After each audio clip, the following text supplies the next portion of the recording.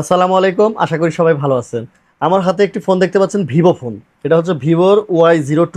এই ফোনটিতে সমস্যা হচ্ছে গরম তো বেশি, এর কারণে ডিসপ্লেটা অনেক সময় আঠা খুলে যায়। আঠা খুলে গেছে অরিজিনাল ডিসপ্লেটা যে কোনো কারণে একটু উঁচু করছে, করার সাথে সাথে রেবন গেছে ছিঁড়া। তো রেবনের ভিতরে তো 2.8 ভোল্ট, 1.8 ভোল্ট, মানে বিভিন্ন বোল্ট থাকে। এই বোল্ট না থাকলে তো ডিসপ্লেতে লাইট জ্বলবে না, এলইডি আসবে না লাইট। ফোনটা যে সেই যে বন্ধ হওয়া হয়েছে আর চালু হয় নাই। তো এখন আমি পাওয়ার সাপ্লাই আপনাদেরকে দেখাই যে ফোনটা কেন চালু হয় না। আপনারা এখানে লক্ষ্য করবেন, এখানে কিন্তু একটা রিডিং দিবে। এই যে দেখেন শর্ট দেখাচ্ছে। এই শর্টটা কোথায় থেকে হয়েছে আমি খুঁজতে খুঁজতে খুঁজতে খুঁজতে এই জায়গায় একটা লাইন পেলাম। এই লাইনটা হচ্ছে 1.8 ভোল্টের একটি লাইন। বিট ম্যাপে এখানে যখন টাচ করলাম 0.276 এই ভ্যালুটা থাকার কথা, কিন্তু এখানে আমরা বাস্তবে এসে এই মাদারবোর্ডে আমাদের এই যে এই পিনটাতে ভ্যালুটা পাচ্ছি না, এখানে পাচ্ছি কি, ঠিক আছে, এই লাইনটাতে শর্ট পাচ্ছি। এই লাইনটার উপরে প্রেস করলে দেখেন সমস্ত আইসির ভিতরে এই লাইনটা প্রবেশ করেছে। সিপিইউটা কিন্তু গ্লু দিয়ে লাগানো। এই যে এইখানে আমাদের একটা ক্যাপাসিটার আছে, যেটা একটা জিএনডি আর এক পাশে ভ্যালু যুক্ত, মানে ওই সেম ভ্যালু। এইখানে যদি আমি একটা জাম্পার ওয়্যার লাগাই, তাইলে আমি এই শর্টটা খুঁজে পাবো মূলত শর্টটা কোথায় আছে। হ্যাঁ, অনেকে বলতে পারেন যে ভাই এভাবে লাগায়েন না, সিপি পাওয়ার আইসি বা অন্য কিছু পুড়ে যেতে পারে। ভাই পোড়াই তো, আর পুড়বে কি? তো এখানে পাওয়ার আইসি উঠিয়েও দেখা যাবে। আপনি পাওয়ার আইসি উঠিয়ে দেখতে পারেন। আজকে আমি পাওয়ার আইসি উঠাবো না, দেখা যাক কি হয়।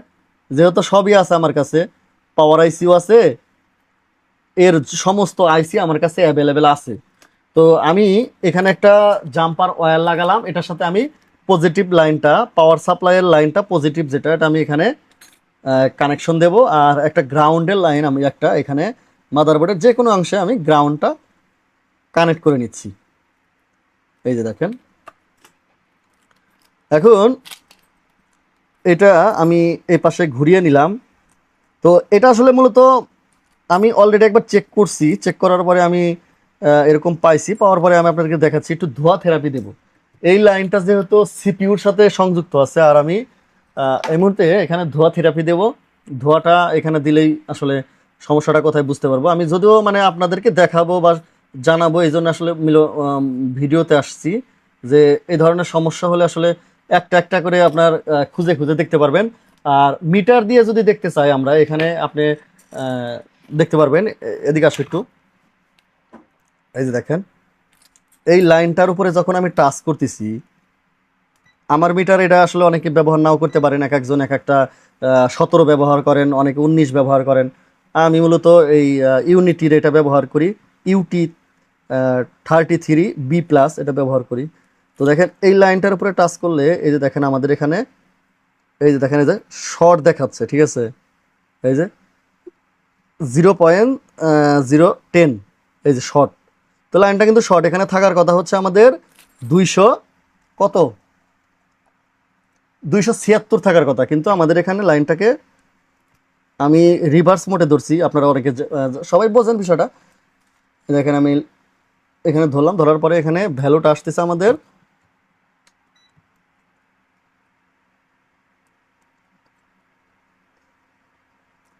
000, মানে 0013 আর কি, মানে 10 13 এই টাইপের।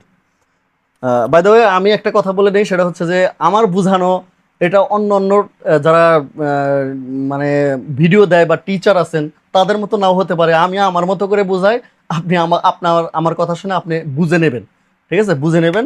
তো বিষয়টা হলো যে এক একজন এক এক ভাষা ইউজ করে, এক একজন এক এক ধরনের স্টাইল ইউজ করে। আমি আমার মতো করে ব্যবহার করি বা কথা বলি, সেটা আপনারা এত বছর যেহেতু বুঝে নিয়েছেন, আমাকে যারা চেনেন আশা করি বুঝে নেবেন। তো এখন এই লাইনটা যত জায়গায় সংযুক্ত আছে সেই জায়গায় আমি একটু ধোয়া করে নিলাম। আহ, প্রয়োজনে ধোয়াটা আমি আরেকটু বেশি করে নিচ্ছি। আচ্ছা, এবার আমি যদি আহ, আমার পাওয়ার সাপ্লাইয়ের এখানে আমি এখানে গ্রাউন্ডের জায়গায় গ্রাউন্ড, পজিটিভের জায়গায় পজিটিভ, এই যে এখানে দুইটা ইয়া করে নিছি, ওয়্যার বের করে নিছি, দেখতেই পাচ্ছেন এই যে এইটা।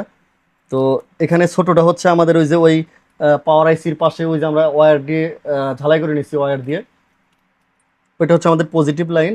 আমি এখানে এটাকে আউটপুট করে রাখলাম, ইনপুট আউটপুট বন্ধ করে রাখলাম।